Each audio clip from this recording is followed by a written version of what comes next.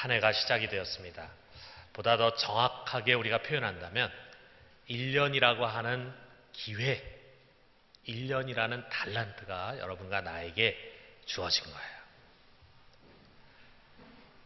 그러니까 우리가 정말 이 1년을 멋있게 잘 써야 합니다. 잘 살아야 합니다. 허비하지 말아야 합니다.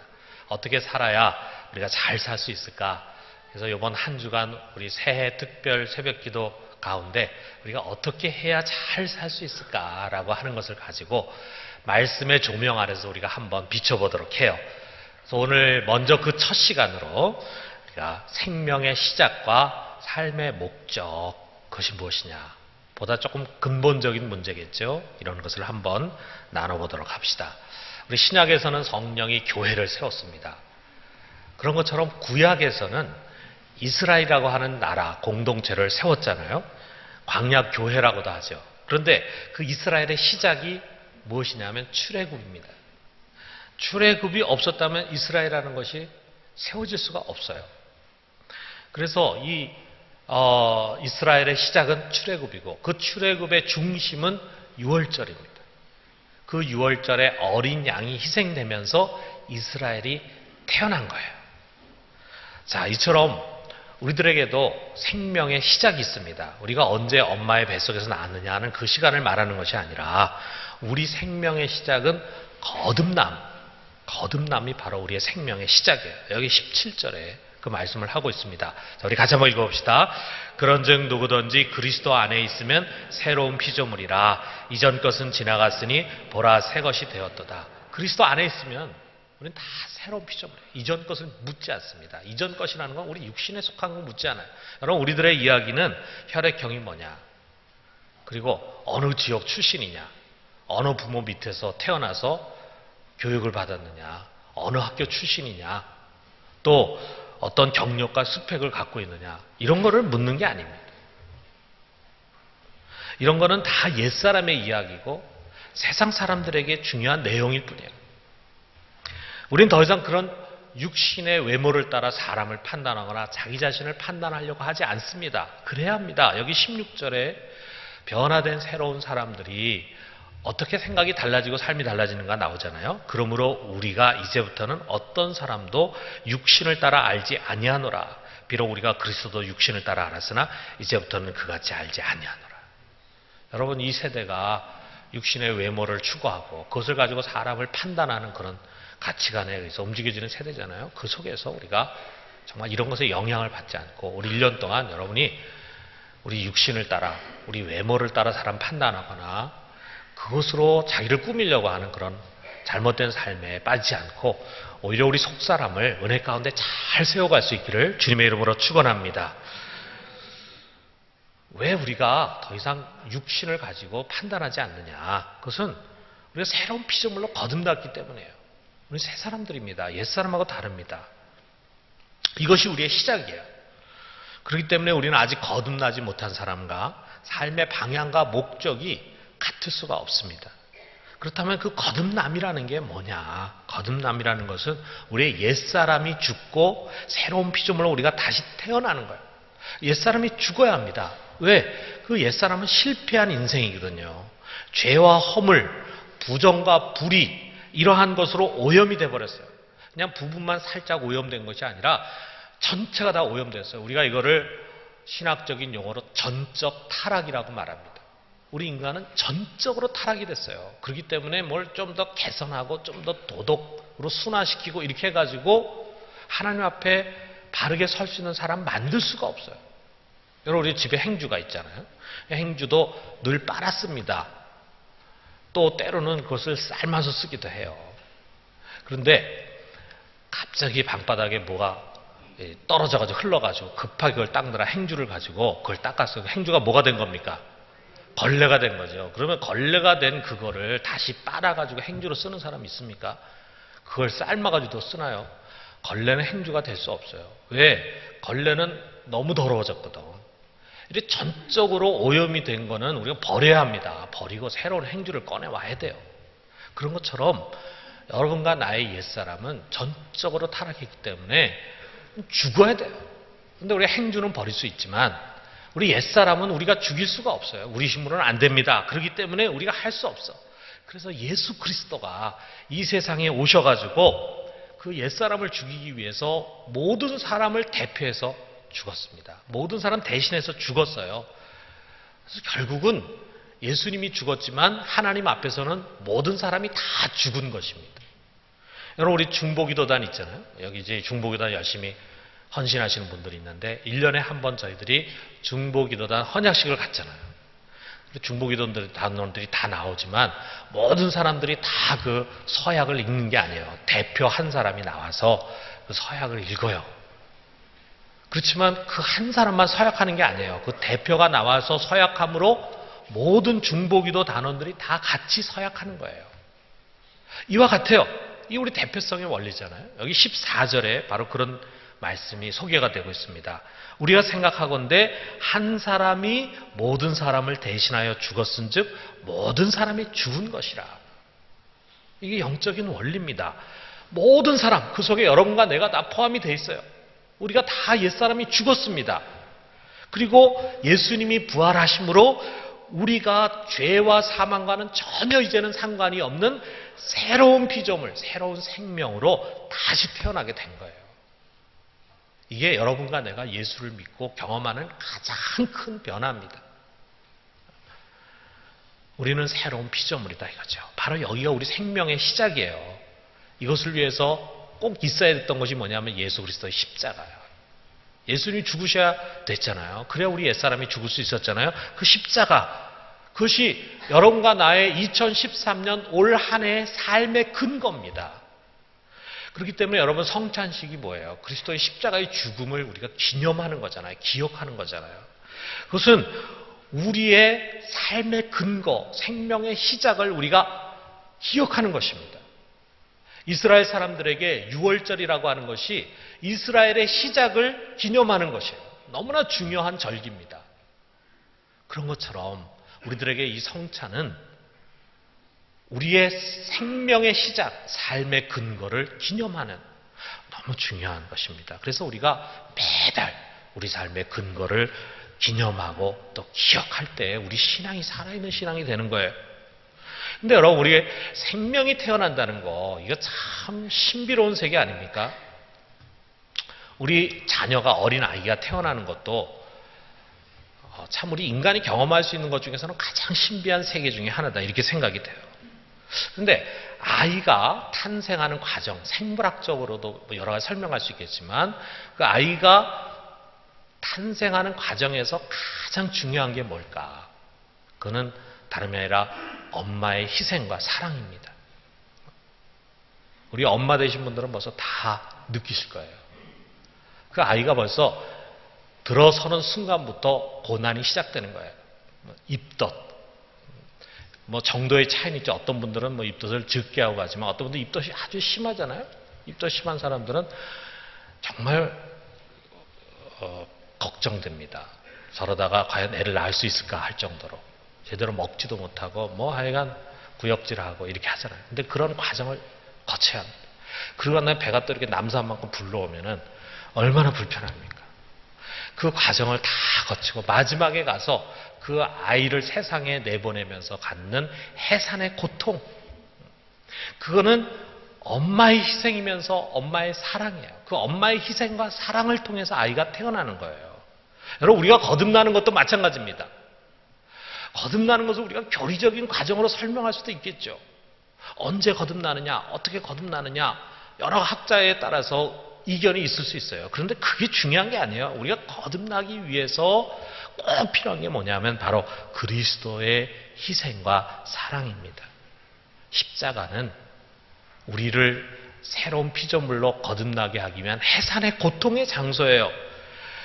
어떻게 보면은 육신의 어머니같이 그냥 진통하는 정도가 아니라 아예 거기서 죽는 거예요. 죽어요. 자기의 몸을 희생 제물로 내주셨습니다. 이거보다 더 큰 사랑이 있겠어요? 우리 예수님께서 직접 말씀하셨죠. 요한복음 15장 13절에 보면은 사람이 친구를 위하여 자기 목숨 버리면 이보다 더 큰 사랑이 없나니. 여러분, 진정한 사랑은 희생이 있어야 합니다. 희생이 없는 사랑은 하나의 감정의 표현에 불과해요. 그런데 진정한 사랑이 되기 위해서는 때로 희생이 있어야 돼요. 그 희생 속에서 우리가 재물을 희생할 수도 있겠고 자기 자존심을 희생할 수도 있겠지만 진짜 큰 사랑은 뭐냐? 자기 목숨을 내어주는 거. 이거보다 더 큰 사랑 없다 이거죠. 그런데 자기 목숨을 내어주는 그 사랑으로 우리 주님께서 우리를 사랑해 주셨어요. 우리 생명의 시작은 바로 이겁니다. 어떤 십자가나 부활이라는 교리가 아닙니다. 나를 향한 우리 하나님, 우리 주님의 최고의 사랑, 자기 목숨을 주신 최고의 사랑, 그 사랑을 통해서 여러분과 내가 거듭났어요. 그런데 거듭난 과거의 사건으로 끝나는 것이 아닙니다. 주님은 우리를 거듭나게 한 그 최고의 사랑으로 태어난 우리들을 여전히 사랑하고 있는 거예요. 그 사랑. 그래서 여러분, 신앙생활이라고 하는 것은 이 사랑을 우리가 마음껏 누리면서 행복하게 살아가는 거예요. 누구에게가 사랑을 받고 있다고 생각하면은 우리 삶에 에너지가 막 나오잖아요. 기쁨이 있고 행복이 있습니다.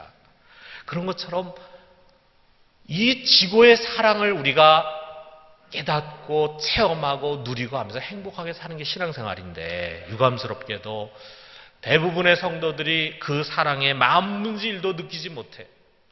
그래서 수많은 의무감에 둘러싸여가지고 교회 생활합니다. 예배를 안 드리면 안 되니까 예배 드리고, 헌금을 안 하면 안 되니까 헌금하고, 또 봉사 안 하면 안 되니까 봉사하고, 이런 다양한 의무감에서 하게 되는 것은 종교생활이라 이거죠. 왜 우리가 이와 같은 의무감에서 하고 신앙생활을 하느냐? 그 안에 담겨져 있는 예수 그리스도의 깊은 사랑을 우리가 잘 체험하지 못하는 거예요. 여러분도 아마 이번 연말 연시 참 바쁘게 지내셨을 거예요. 근데 연말 연시 진짜 바쁜 사람들이 누구냐면 우리 목회자들입니다. 특별히 담임 목사 많이 바쁩니다. 설교도 많이 해야 되고, 그 다음에 오늘 여러분 보셨죠? 다 이 교회 조직이라든지 뭐라든지 하여튼 교회 일이 굉장히 많아요. 새해를 준비하면서 그 다음에 성탄절 보내면서 참 많아요. 그래서 올 연말 연시도 매년 내가 이번 연말 연시는 좀 깊은 묵상과 또 여유를 가지고 좀 성령 충만한 가운데 좀 보내야 되겠다 이런 생각하지만 막상 이렇게 되면 그게 잘 안 되더라고요.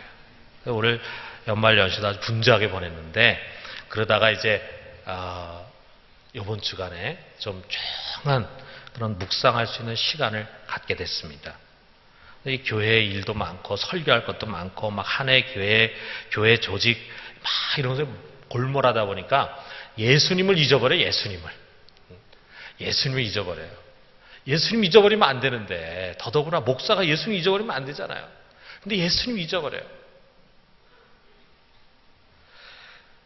그러니까 메마르죠. 이렇게 막 영적으로 메말라 오는 그런 걸 느끼는 거예요. 그런데 우리 주님께서 이번 주간에 뭐 제가 특별히 어디 간 건 아닌데 그 어느 시간인가 이렇게 저를 이렇게 불러가지고 제가 주님과 좀 깊은 교제 시간을 가질 수 있도록 은혜를 주셨어요. 그래서 예수님을 좀 깊이 이렇게 생각을 하는 가운데 잔잔한 감동이 저에게 밀려오면서 주님이 저를 이렇게 가까이 제 옆에 와가지고 저를 폰히 안으시면서 이렇게 말씀하시는 것 같아요. 현범아, 내가 너를 얼마나 사랑하는 줄 아니? 너의 몸의 세포 하나하나를 사랑한다. 근데 그 몸의 세포 하나하나를 사랑한다라고 하는 그 말이 제 가슴에 강하게 막 이렇게 꽂히더라고요. 그런 막 느낌만 오는 거예요. 주님이 내 세포 하나하나를 사랑하신다는 그런 생각이 막 드는 거예요. 그래가지고 순간에 제가 제 팔다리를 이렇게 펴가지고 봤죠. 근데 이게 사랑할 만한 몸이 아니더라고. 이제 싱싱함을 다 잃어가지고 노쇠화돼 가고 있는 몸이에요. 노쇠화돼 가고 있는 몸. 그런데도 불구하고 주님이 저의 이 몸 지체 하나하나, 세포 하나하나를 사랑하고 있다라고 하는 생각이 막 제 안에 막 이렇게 강하게 막 오는 거예요. 그때 제가 아주 비슷한 감정이 순간에 이렇게 떠올랐습니다. 뭐냐면 우리 애가 말이에요. 우리 애가 애기일 적에, 애기일 때 목욕을 시키잖아요. 목욕을 시키고 이제 나오면은 그 애 젖은 몸을 이렇게 닦아주는데, 그 닦아줄 때 애 몸에서 나는 냄새, 우리 엄마 아빠들 기억하십니까? 저는 그 냄새가 세상에서 제일 잊을 수 없는 향기로운 냄새라고 생각합니다. 우리 애가 벌써 29이 됐지만 아직도 제 머릿속에 그 냄새가 생생하게 기억이 나요. 우리 엄마 아빠들 다 그래 기억나죠? 그죠? 너무 사랑스럽다. 너무 사랑스럽고 그 포동포동한 그 살에 코를 쳐박고 킁킁거리고 냄새를 맡고 그러면서 입으로 온 몸을 뽀뽀하고 이렇게 하면서 아이고 우리 이쁜 아기 내 몸에 세포 하나하나 아빠 사랑한다. 그렇게 말했던 기억이 이제 나는 거예요. 너무 사랑스러우니까 그냥 그 몸 하나하나 세포 하나하나 다 사랑스러워. 주님께 내가 바로 그런 존재였다 이거죠. 여러분 우리가 주님 마음을 얼마나 많이 아프게 해드렸습니까? 죄도 짓고 못된 짓도 하고 나쁜 생각도 갖고 주님을 실망시키는 일도 많이 반복했지만 그럼에도 불구하고 주님은 여러분과 나를 변함없이 사랑하시되 우리의 머리털까지 다 세시고 그리고 우리 몸의 세포 하나하나를 사랑하십니다.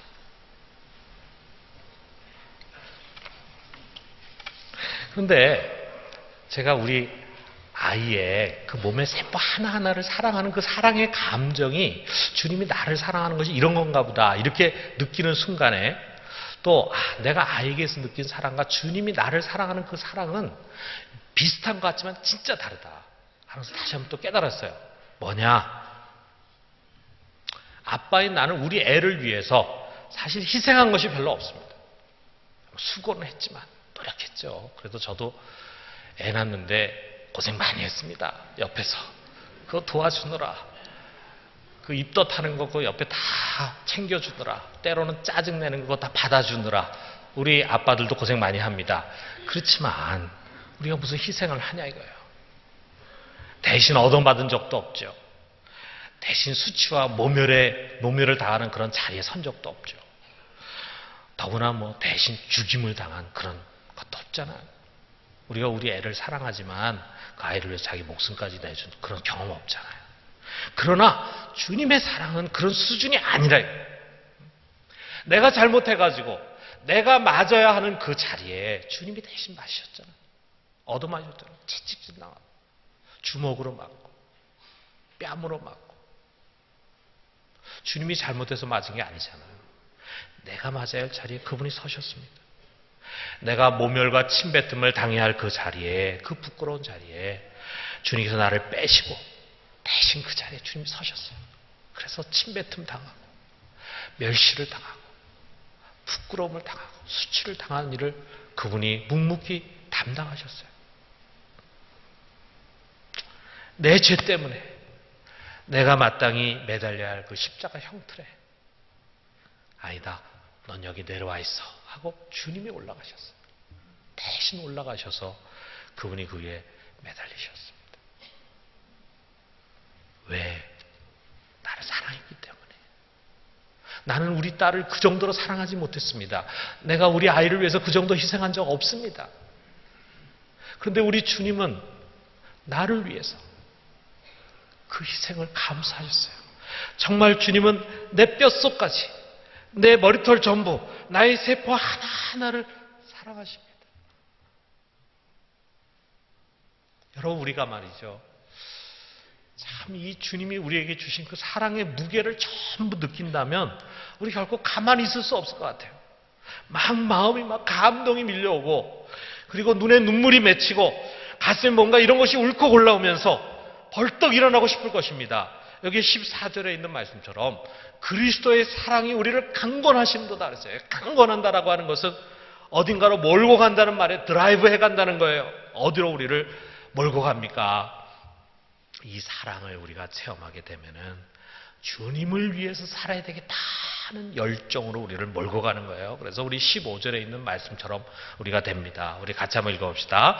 그가 모든 사람을 대신하여 죽으심은 살아있는 자들로 하여금 다시는 그들 자신을 위하여 살지 않고 오직 그들을 대신하여 죽었다가 다시 살아나신 이를 위하여 살게 하려 함이라. 여러분 우리 자신을 한번 들여다보세요.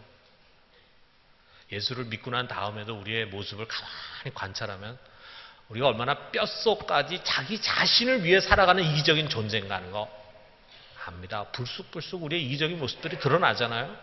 그런데 그런 뼛속까지 깊이 박혀있는 이기적인 우리 인간이 변할 수 있는 것은 교리나 지식이나 기적을 통해서가 아닙니다. 그리스도의 사랑.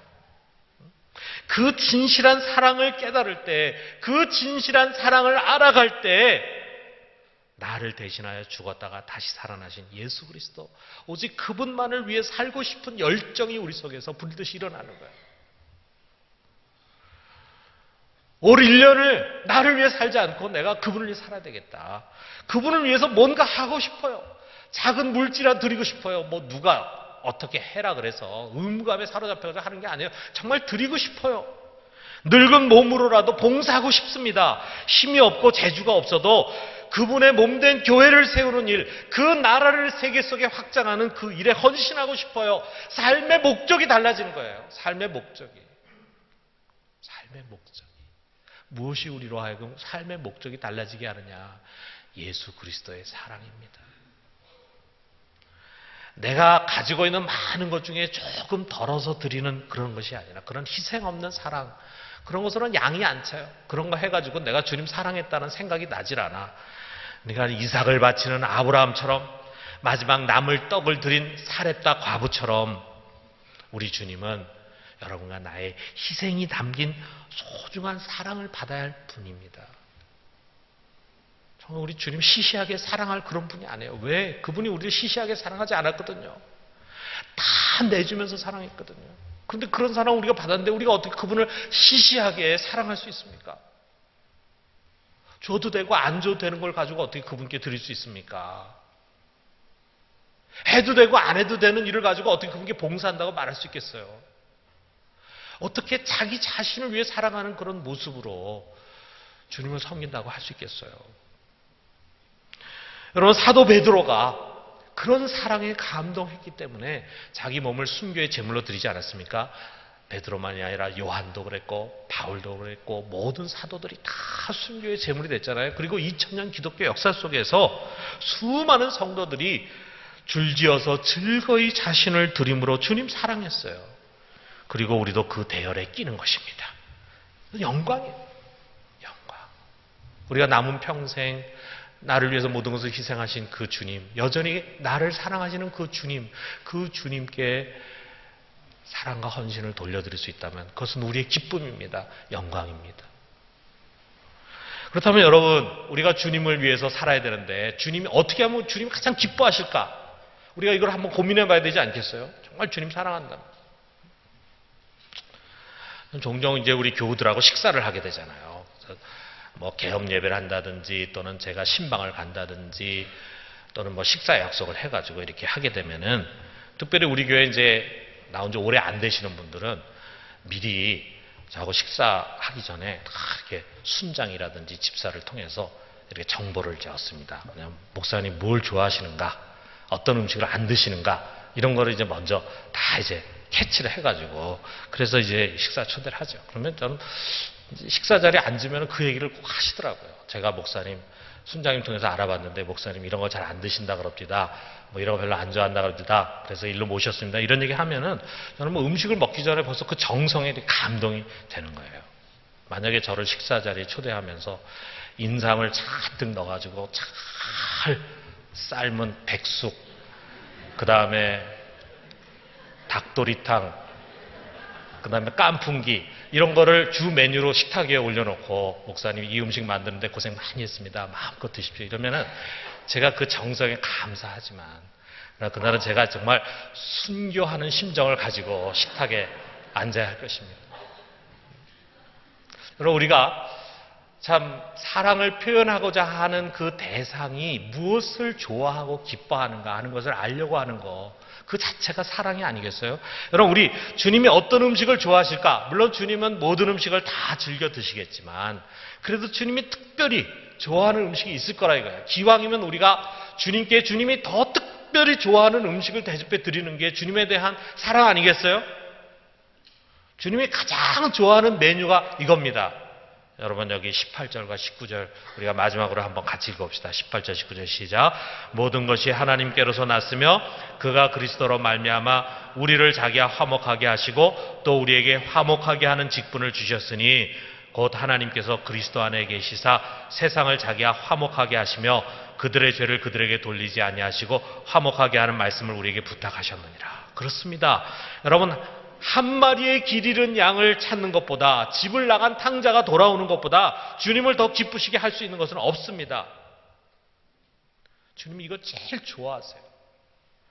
그래서 이것을 위해서 우리에게 화목의 복음을 주시고 또 화목하게 하는 직분을 주셨습니다. 그렇습니다. 여러분, 말씀을 통해서 우리에게 분명히 선포된, 가르쳐주신, 소개해주신 이 주님의 마음을 우리가 외면하지 맙시다. 그래서 우리가 올 1년 동안 해야 할 일들이 많이 있고 모든 사역을 통해서 우리 하나님 영광 받으시지만 이 가장 중요한 일, 영혼을 주님께 인도하는 일에 최선을 다해요.